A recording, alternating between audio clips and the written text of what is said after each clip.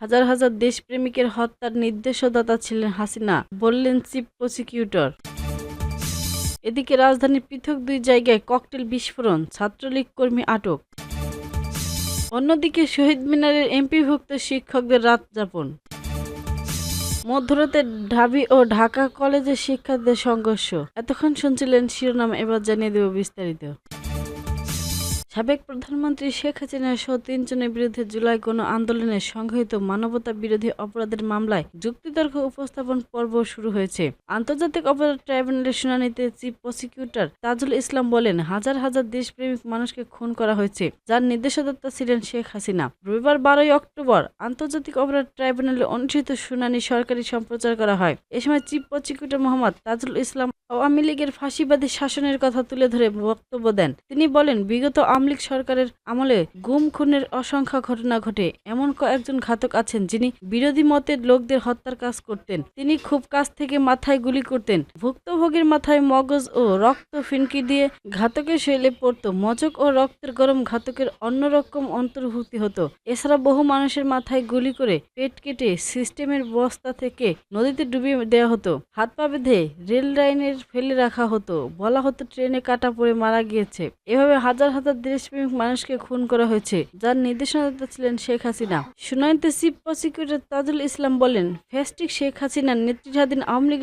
সরকারের ক্রমাদয় দানকে পরিণত হওয়ার কারণেই ২৪শে গণ অভ্যুত্থানে অবিহার্য করে পড়েছিলেন। প্রথমে লিপখানা হত্যাকাণ্ডের মাধ্যমে তারা আমাদের পরিরক্ষা ব্যবস্থা মেরুদণ্ড ভেঙে দেয়। এরপর নির্বাচন ব্যবস্থা ধ্বংস করে দেন। তত্ত্বাবধায়ক সরকার ব্যবস্থা বাতিল করে দেশের দুর্নীতি সর্বগ্রামী রূপ পায়। এসবের মাধ্যমে তারা আওয়ামী লীগের সরকার ক্রমান্বয়ে এক দানবীয় সরকারে পরিণত হয়েছিল। বিচারপতি মোহাম্মদ গোলাম মর্তুজা মজুমদারের নেতৃত্বে ৩ সদস্য আন্তর্জাতিক অপরাধ ট্রাইব্যুনালে যুক্তিতর্ক উপস্থাপন হয়। শুনানির এক পর্যায়ে বিচারকদের জবানবন্দি থাকা উচিত বলে অভিমত প্রকাশ করেন আন্তর্জাতিক অপরাধ ট্রাইব্যুনাল। তাজুল ইসলাম বলেন, জনগণকে নির্যাতন, হত্যা ও ভয়ভীতির রাজত্ব কায়েম করাই ছিল তাদের আওয়ামী লীগের সরকারের লক্ষ্য।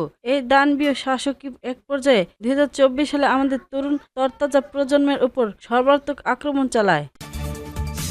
রাজধানীর ফার্মগেট ও পূর্ব রাজাবাজার এলাকায় পরবর্তী ৩টি ককটেল বিস্ফোরণের ঘটনা ঘটেছে। রবিবার ১২ অক্টোবর রাত ১০টার দিকে এক ককটেল বিস্ফোরণের ঘটনা ঘটে। এ সময় স্থায়ীদের সহায়তায় ঘটনাস্থল থেকে আরিফুল রহমান হৃদয় ২৩ নামের এক যুবককে আটক করেছেন পুলিশ। পুলিশ জানিয়েছেন, আটক হৃদয় পিরোজপুর জেলা ছাত্রলীগের কর্মী। প্রত্যক্ষদর্শীরা জানান, রাত ১০:৩০টার দিকে ফার্মগেট এলাকায় হঠাৎ বিকট শব্দে আতঙ্ক ছড়িয়ে পড়ে। বিস্ফোরণে সেই মোটর সাইকেল আরোহী ৩ জন দ্রুত পালানোর চেষ্টা করে। এ সময় স্থায়ী যুবদল, ছাত্রদল ও স্বেচ্ছাসেবক দলের নেতাকর্মীরা তাদের ধাওয়া দেয়। পূর্ব রাজাবাজার এলাকায় এসে তাদের আটক করলে আরও ২টি ককটেল বিস্ফোরণ ঘটায়। এ ঘটনায় একজন আহত হওয়ার পর খবর পাওয়া গিয়েছে। পরে শেরেবাংলা নগর থানা পুলিশ ও গোয়েন্দা পুলিশ ডিবি দ্রুত ঘটনাস্থল থেকে আরিফ নামে এক যুবককে আটক করে থানায় নিয়ে যাওয়া হয়। বিষয়টি নিশ্চিত করে শেরেবাংলা নগর থানার ভারপ্রাপ্ত কর্মকর্তা ওসি মোহাম্মদ ইমামুল হক বলেন, রাত ১০:০৭ কারওয়ানবাজার দিক থেকে আসা ৩ আরোহী একটি মোটরসাইকেলের ফার্মগেট ফুটওভার ব্রিজের নিচে এসে একটি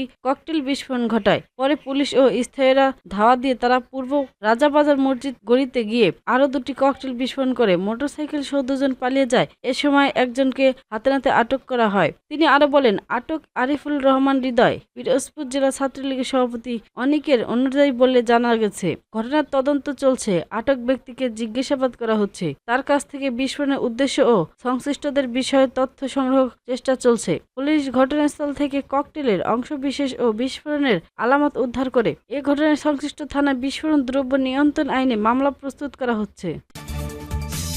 দিনভর আন্দোলন আর নানান ঘটনার পর রাতেও ঘরে ফেরেননি এমপিভুক্ত শিক্ষকেরা। তারা রাতের অবস্থা করছেন কেন্দ্রীয় শহীদ মিনারে। তাদের কেউ কেউ কাঁথা বিছিয়ে ব্যাগ মাথায় নিয়ে ঘুমিয়ে শহীদ মিনারে, কেউ আবার সামান্য কাগজ বা মাদুর পেতে শুয়ে আছেন। ৩ দফা দাবিতে আন্দোলন করছে এমপিভুক্ত বেসরকারি প্রতিষ্ঠানের শিক্ষকেরা। শিক্ষকেরা জানিয়েছেন, ৩ দফা দাবিতে প্রজ্ঞাপন না হলে তা এখান থেকে যাবে না। অন্যদিকে আজ শহীদ মিনার থেকে অনির্দিষ্টকালের জন্য এমপিভুক্ত প্রতিষ্ঠানে কর্মবিরতি ঘোষণা করেছে করেছেন আন্দোলনকারীরা। রাতে শিক্ষকদের অবস্থা তুলে ধরে এমপিভুক্ত শিক্ষা জাতীয়করণ প্রত্যাশিত জোটের সভাপতি দেলোয়ার হোসাইন আজিজি বলেন, ইতিমধ্যে আমাদের শহীদ শিক্ষকদের উপর গুলি লাঠিচার্জ করেছেন, টিয়ার লেন্স জল কামান নিক্ষেপ করা হয়েছে, আমাদের শিক্ষকদের পিটিয়ে রক্তাক্ত করা হয়েছে। তিনি বলেন, আমাদের কর্মবিরতির কর্মসূচি মঙ্গলবার ছিল, যেহেতু আমাদের শিক্ষকদের উপর হামলা করা হয়েছে তাই আমাদের কর্মবিরতির কর্মসূচি আগামীকাল এগিয়ে এনেছি।